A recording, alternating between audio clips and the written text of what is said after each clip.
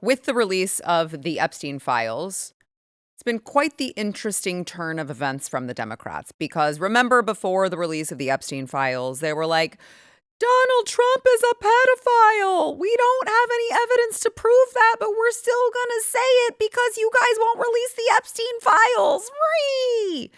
And then they released it, and it turns out, now if you're watching mainstream media, you're not going to see this information. You're not going to see it on a headline on CNN.com. You're not going to hear them bloviate about it on MSNBC. This has gone very, very underreported, that it turns out, just as I predicted, and so many others who actually have common sense and brains, that Donald Trump and Jeffrey Epstein hated each other, mostly because Donald Trump called the police on Epstein in 2006. This is one of the only outlets that reported on this was Forbes. Trump reportedly called police about Epstein in 2006 and said Ghislaine Maxwell was evil. Now, again, I realize that the document drop was last week? But now we're finding all of this out. You've got, millions of files to sift through.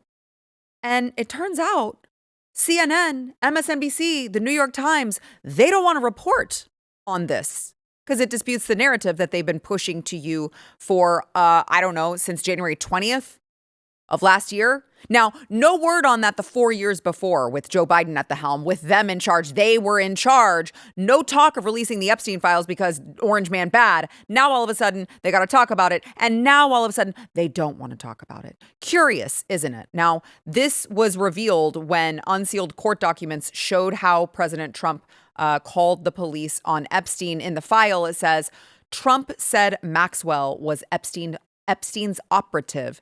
Quote, she is evil and to focus on her. Trump told Redacted that he was around Epstein once when teenagers were present and Trump, quote, got the hell out of there, end quote. Trump was one of the very first people to call when people found out that they were investigating Epstein, which totally tracks with everything we already knew. Like, it's absolutely, these people are screaming bloody murder about how terrible Trump is, about how he's committed crimes, about how he's a pedophile. He was Jeffrey Epstein's bestie because there's one picture of them together. No mention, by the way, of Bill Clinton or Bill Gates and whatever the hell STD he got. No mention on that, but Orange Man bad. We have a very long track record on President Trump and his behavior once he found out that Jeffrey Epstein was a total perv.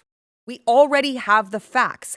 And this is my victory lap, okay? Everything we said has been true. And I didn't even have proof at the time, but it's just like you take all of these things and put them together in a way that makes sense. You already could tell that this was true.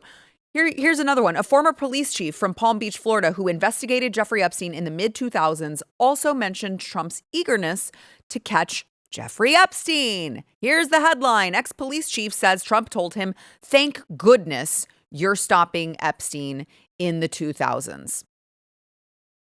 You're not going to hear this on CNN. You're not going to hear total vindication, just like you didn't hear total vindication when the Russia hoax. When that jig was up, they were like, well, actually, it doesn't say that he didn't commit collusion. It just says they can't prove it. Well, actually, guys, it's always been this way. We've always known it to be this way. And remember, I told you guys when Speaker of the House Mike Johnson was talking to the press and he had an oopsies, he accidentally let the truth slip. He had to walk it back later on. It was very awkward because he said it in such a way. He's like, well, yeah, I mean, remember, everyone knows that President Trump was an FBI informant on Epstein, duh. And everyone was like, wait, what? No, wait, did you just say Trump was an FBI informant? This is shocking news. We've never known that. And he's like, oh, what I meant was, if you don't remember that, take a look. He's not saying that what Epstein did is a hoax. It's a terrible, unspeakable evil. He believes that himself. When he first heard the rumor, he kicked him out of Mar-a-Lago. He was an FBI informant to try to take this stuff down. The president knows and has great sympathy for the women who have suffered these unspeakable harms. I want to get our body language expert on to talk about that. It's one of my very favorite clips because you see him process in real time the oopsies, and he stumbles on his next word because he's like, well, Trump was an FBI informant. Oh, shit. Play that again, Stephen. He's not saying that what Epstein did is a hoax. It's a terrible, unspeakable evil. He believes that himself. When he first heard the rumor, he kicked him out of Mar-a-Lago. He was an FBI informant to try to take this stuff down. The president knows and has great sympathy for the women who have suffered these unspeakable harms. Mike Johnson, totally vindicated. Sara Gonzales, totally vindicated. Most importantly, Donald Trump, totally vindicated. Let the record reflect. Anytime a Democrat wants to tell you, I see it all the time. I don't even know how manufactured it is. I don't even know how real life it is versus the bots. But anytime I tweet anything, they're like, okay, pedo protector. Like, okay. Send them this clip. Send them this video. Show them the files from the Epstein files, the documents that show that Donald Trump was the one who called the cops on him in the first place. Send them that information. Now, again, on top of that, don't forget Bradley Edwards, the attorney who represented Epstein accusers and victims.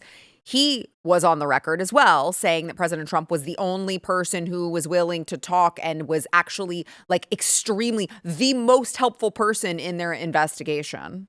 I can say about President Trump is that he is the only person who in 2009, when I served a lot of subpoenas on a lot of people, or at least gave notice to some pretty connected people that I wanted to talk to them, he is the only person who picked up the phone and said, let's just talk. I'll give you as much time as you want. I'll tell you what you need to know, and was very helpful in the information that he gave and gave no indication whatsoever that he was involved in anything untoward whatsoever, but had good information that checked out and that helped us, and that we didn't have to take a deposition of him. That was in 2009? That was in 2009. So Donald Trump, totally vindicated. I do have some questions about some others. I do have some questions about Congress. Because what I know is that Ghislaine Maxwell just yesterday appeared in a deposition. And in that deposition, she, predictably, she was just like, I plead the fifth, I plead the fifth, I plead the fifth. I don't know that we need to play the whole clip here, but here's some of that. Ms. Maxwell, were you a close friend and confidant of Jeffrey Epstein? I would like to answer your question, but on the advice of counsel, I respectfully decline to answer this question and any related questions. My habeas petition is pending in the Southern District of New York. I therefore invoke my right to silence under the Fifth Amendment to the U.S. Constitution. All right, that's enough. So, she just says hey, I've got this other case going on and this could jeopardize the other case. So I need to wait until that other case kind of shakes out. And her lawyer said that she is prepared to speak fully and honestly if granted clemency by President Trump. Now, I just genuinely, I agree with Trump. She's an evil person. She is actually an evil person. She was Jeffrey Epstein's fixer. She went and found these young girls for him. She was a part of all of these. So I don't know that I want her to get clemency, but I need the darkness to be exposed. I don't understand why there are so many redactions to people's names that we should know. They're talking about young girls to Jeffrey Epstein, and Jeffrey Epstein's name right there in plain sight, redacted who it's from. Why?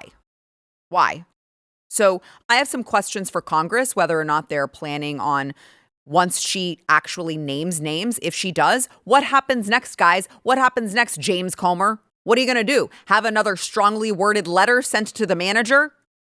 What is going to happen? What are you going to do, DOJ?